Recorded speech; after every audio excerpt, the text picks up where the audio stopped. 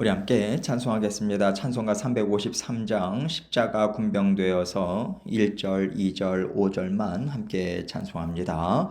십자가 군병되어서 예수를 따를 때 무서워하는 마음으로 주 모른 채 할까. 나의 주 그리스도 나를 속량했으니 나 십자가를 벗은 후 저 멸류관 쓰리. 무성도 피를 흘리며 큰 싸움 하는데 나 어찌 편히 누워서 상 받기 바랄까. 나의 주 그리스도 나를 속량했으니 나 십자가를 벗은 후 저 멸류관 쓰리. 5절 승리의 그날 이르러 십자가 군병들 개가를 불러 영광을 주님께 돌리리. 나의 주 그리스도 나를 속량했으니 나 십자가를 벗은 후 저 멸류관 쓰리. 아멘. 기도하겠습니다. 하나님 아버지 감사합니다. 날마다 영적인 전쟁터에서 아버지 하나님께서 힘주시고 지혜 주시고 말씀 주셔서 능히 감당할 수 있도록 인도해 주셔서 정말 감사합니다. 우리 모든 성도님들 아버지 하나님의 말씀을 따라서 주님의 말씀이 주시는 주님의 은혜, 아버지 하나님 지혜와 총명 온전히 받아들여서 너끈히 감당하게 하시고 아버지 하나님께서 주신 승리를 날마다 맛보아할 수 있도록 우리 주님 인도하여 주옵소서. 오늘도 승리의 하루 될 수 있도록 하나님께서 말씀 주십니다. 이 말씀을 통해서 하나님께서 들려주시는 음성 듣게 하시고 오늘도 말씀과 더불어 승리에 전진하는 삶 아버지 하나님 앞에 온전히 올려드릴 수 있도록 도와주옵소서. 감사합니다. 예수 그리스도의 귀하신 이름으로 기도합니다. 아멘. 하나님 말씀 디모데후서 2장 3절로 7절입니다. 디모데후서 2장 3절로 7절 말씀 제가 읽습니다. 너는 그리스도 예수의 좋은 병사로 나와 함께 고난을 받으라. 병사로 복무하는 자는 자기 생활에 얽매이는 자가 하나도 없나니 이는 병사로 모집한 자를 기쁘게 하려 함이라. 경계하는 자가 법대로 경계하지 아니하면 승리자의 관을 얻지 못할 것이며 수고하는 농부가 곡식을 먼저 받는 것이 마땅하니라. 내가 말하는 것을 생각해보라. 주께서 범사에 너에게 총명을 주시리라. 아멘. 하나님께서 우리를 얼마나 사랑하시는지 그 사랑하심에 대해서 새롭게 한번 생각해 보면 좋겠습니다. 하나님은 우리를 죽기까지 사랑하시죠. 그리고 하나님은 그 사랑을 받은 우리들에게 그 사랑을 너희만 받지 말고 다른 사람들에게도 나눠줘라. 너희가 하나님 사랑의 통로가 되어라. 이 당부를 하고 계세요. 그래서 하나님의 사랑을 깨닫는 사람들이라면 하나님의 사랑을 받는 것으로 그치는 게 아니라 그 사랑을 흘려보내는 통로로 사용되기를 원하는 소망을 갖게 되어 있습니다. 이것이 하나님이 부어주시는 은혜이기 때문에 마음의 소원함이 당연한 거거든요. 그런데 하나님의 사랑을 흘려보내는 통로가 되기 위해서는 우리가 그 사랑이 무엇인지를 제대로 깨달아 알아야 되잖아요. 잘못 알면 잘못된 사랑, 거짓된 사랑을 우리가 알려줄 수 있거든요. 그래서 먼저 우리 마음에 하나님의 온전한 사랑이 채워지도록 하나님께서는 우리 각자를 가까이 부르시고 우리와 끊임없이 친근한 관계를 맺으시는 가운데 나누어 주고 섬기는 일을 동시에 하게 하시는 거예요.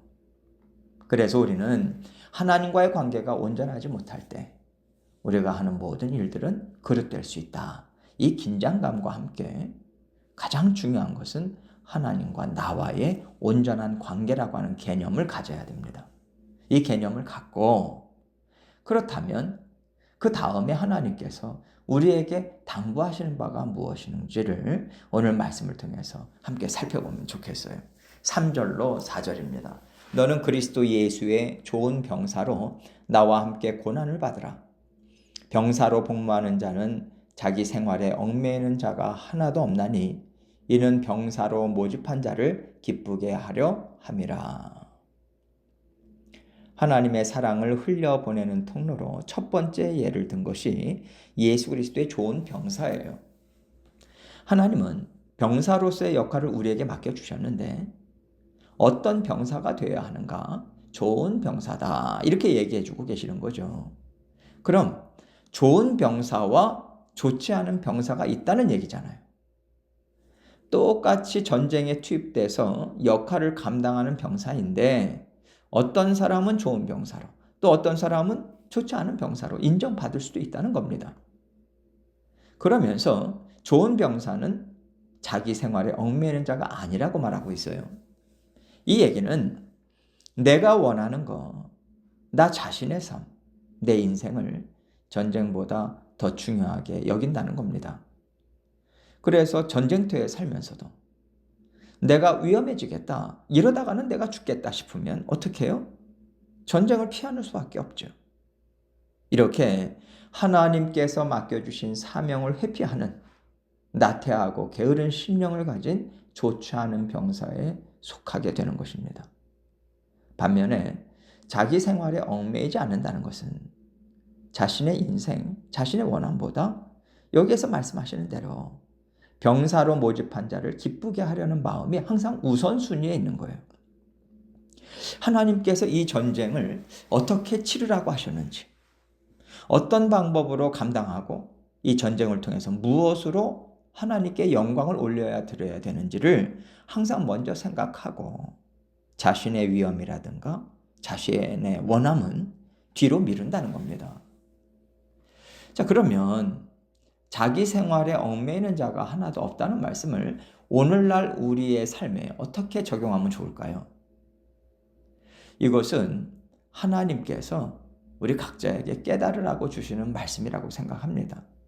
왜냐하면 우리 각자는요, 중요하게 생각하는 것도 다르고 육신적으로나 정신적으로나 정서적으로 연약함이 다 다르거든요.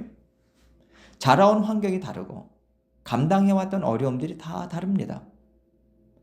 어떤 사람에게는 어떤 것이 가장 중요한 가치관이 될 수 있고요.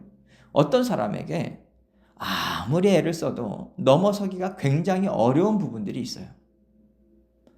그러나 전체적인 맥락에서 우리를 영적 전쟁에 투입시키고 하나님 나라 안에 들어와서 살게 하신 분이 하나님이시라는 것은요, 모든 사람들에게 다 공통적인 겁니다.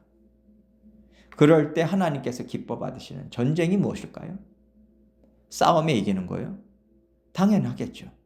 전쟁을 시작했으면 이겨야 되는 거죠. 그러나 전쟁을 이기게 하시는 분은 하나님이십니다. 병사된 우리가 전쟁의 승리를 만들어내는 게 아니라는 것을 잊어서는 안 돼요. 하나님께서 우리를 영적 전쟁에 투입시키셨다면 그 전쟁은 반드시 승리합니다. 하나님께서 대장 되시기 때문에 그래요. 그렇다면 병사된 우리에게 무엇을 요구하시겠어요?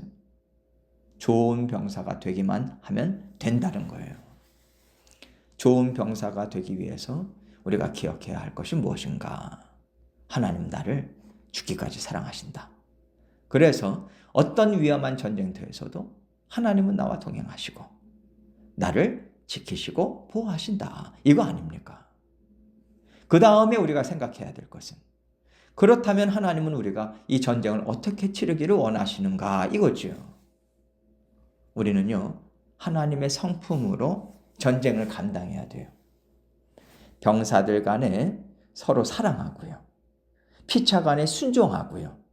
하나님 안에서 하나됨을 이루고자 하는 그 마음을 갖고 전쟁을 치러야 돼요. 이것이 하나님께서 원하시는 좋은 병사라고 저는 생각합니다. 그 다음에 두 번째로 얘기하시는 것이 경계하는 자예요. 5절입니다.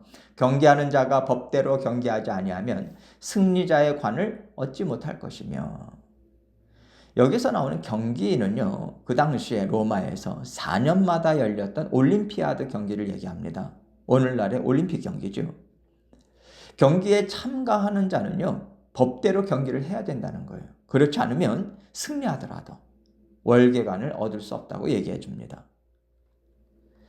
바울은 믿는 자들의 구원 여정을요, 경주하는 자에 비유했어요. 그러면서 디모데후서에서 이렇게 이야기했습니다. 나의 달려갈 길을 마치고 믿음을 지켰으니 이제 후로는 나를 위하여 의의 면류관이 예비되었으므로 주 곧 의로우신 재판장이 그날에 내게 주실 것이다. 이렇게 말했어요. 우리의 구원 여정이 이와 같다는 거죠. 우리가 인생 여정을 마치는 그날이 있습니다. 하나님께서 잘했다고 칭찬하시고 생명의 면류관, 영광의 면류관을 우리에게 씌워주시는 그때가 있어요. 우리는 경주하는 자와 같이 그 마치는 그날까지 그 길을 달려가야 됩니다. 우리가 지켜야 하는 법이 뭐겠어요? 하나님의 말씀이죠. 그리고 우리는 하루하루 하나님의 인도하심을 따라가는 겁니다. 우리에게 80년, 100년의 인생이 있지 않습니까? 인생을 마치는 피니시 라인이 있다는 건 알지만 거기까지 어떤 길들을 통과해야 되는지는 우리가 알지 못해요. 그러나 하나님께서 그 길들을 인도해 가시니까, 앞장서셔서 인도해 가시니까 우리가 그 인도하심을 따라갈 때 하나님께서 잘했다 칭찬해 주시고 영광의 면류관을 씌워주시는 그 자리에 우리가 있을 수 있는 거죠. 6절은 이제 수고하는 농부에 비유하고 있어요. 수고하는 농부가 곡식을 먼저 받는 것이 마땅하니라. 말로만 보면 수고하는 농부와 수고하지 않는 농부를 얘기하시는 것 같지만 사실 농부는요, 누구나 다 수고를 해요. 적게 수고를 하는 사람도 있겠고 많이 수고하는 사람도 있겠지만, 여러분 일한 만큼 받는다면요, 그것은 싹을 밟는 것이지 하나님께 은혜로 받는 게 아니거든요. 그래서 예수님은 하나님을 일꾼들에게 하루에 한 데나리온씩 주기로 약속하고 포도원에 들여보낸 포도원 주인에 비유하면서 아침부터 일한 자나 저녁 늦게 참여한 일꾼에게나 똑같은 싹을 주셨다고 말씀하셨어요. 우리가 수고한 만큼 노동의 대가, 수고의 대가를 받는 게 아니라는 겁니다. 하나님 앞에서 일꾼으로 쓰임받고 열매를 받는 것은 다 하나님의 은혜인 거예요.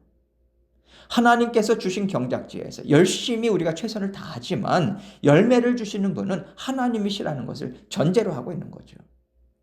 그렇다면 먼저 받는 것이 마땅하니라, 이 말씀은 무슨 뜻일까요? 이 비유의 초점은요, 하나님께서 열매를 받게 하신다는 겁니다. 농부가 수고했을 때 하나님이 열매를 얻게 하시는데 일찍 받게 하시느냐, 늦게 받게 하시느냐, 많이 받게 하시느냐, 적게 받게 하시느냐, 이것은요 하나님의 뜻 안에서 우리에게 주시는 은혜에 따라서 다르고 때를 따라 다르다는 거예요. 전적인 하나님의 주권에 달려있다는 겁니다.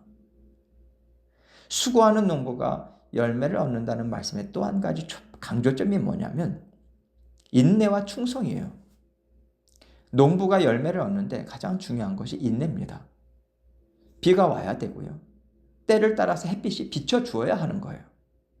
아무리 농부가 부지런히 밤낮으로 일을 해도 때가 돼야지만 열매를 맺고 열매가 무르익게 되어 있거든요.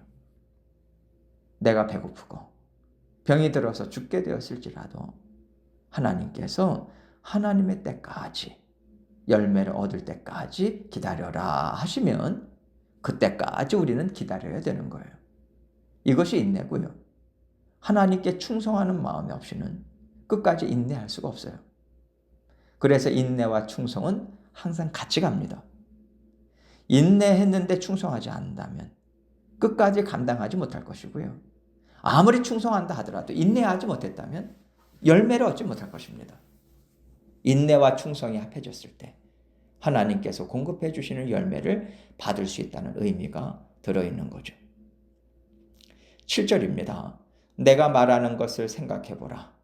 주께서 범사에 너에게 총명을 주시리라. 다시 말해서 이 얘기는요, 간단하지 않다는 거예요. 지금은 내가 병사된 마음을 가져야 하는 거구나. 지금은 농부의 마음을 가지라고 하시는 거구나. 이렇게 딱딱 구분 지어지는 것도 아니고요. 누구나 쉽게 결론을 내릴 수 있는 일이 아니라는 겁니다. 모든 일들이 복합적으로 일어나는 것이 인생이기 때문에 때를 따라서 하나님께 구하고 곰곰이 생각해 보라는 거예요. 그러면 하나님께서 범사에 총명을 주신다고 합니다. 총명은 깨닫게 하시는 은혜를 말해요. 하나님, 지금 저에게 요구하시는 것이 무엇입니까? 제가 지금 어떤 마음을 가져야 되겠습니까? 어떤 것이 하나님께서 지금 저에게 원하시는 생각입니까? 하나님께 여쭙고 하나님께서 가르쳐 주시는 지혜를 받아서 충성으로 감당하는 것이 바로 하나님이 인정하시는 의예요. 세상의 시각으로 자기 주관대로 생각하지 말고 하나님께 구하고 곰곰이 생각하면 때를 따라서 부어주시는 총명이 있다는 겁니다. 그것으로 넉넉히 깨닫고 하나님과 얼마든지 동행할 수 있다. 이 말씀을 주고 계신 거예요. 오늘도 하나님께서 말씀을 우리에게 주셨어요. 항상 깊이 하나님의 말씀을 생각하시고 또 지금 이 상황, 여러 상황들을 하나님께 올려드리시면서 하나님께 지혜와 총명을 구하시고요. 하나님이 깨닫게 해주시는 거 붙잡고 오늘도 하나님과 힘있게 동행하시기 바랍니다. 하나님께서 열매를 주실 거예요.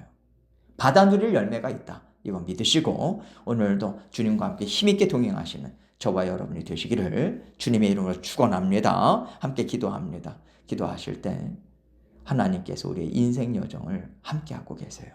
열매를 주시기 위함이고 우리를 아름답게 빚으시기 위함입니다. 이 하나님의 선하신 뜻을 생각하고 먼저 감사로 하나님께 마음을 올려드리고 또 여러 가지 기도 제목 가지고 하나님께 나아가도록 하겠습니다. 기도하시겠습니다.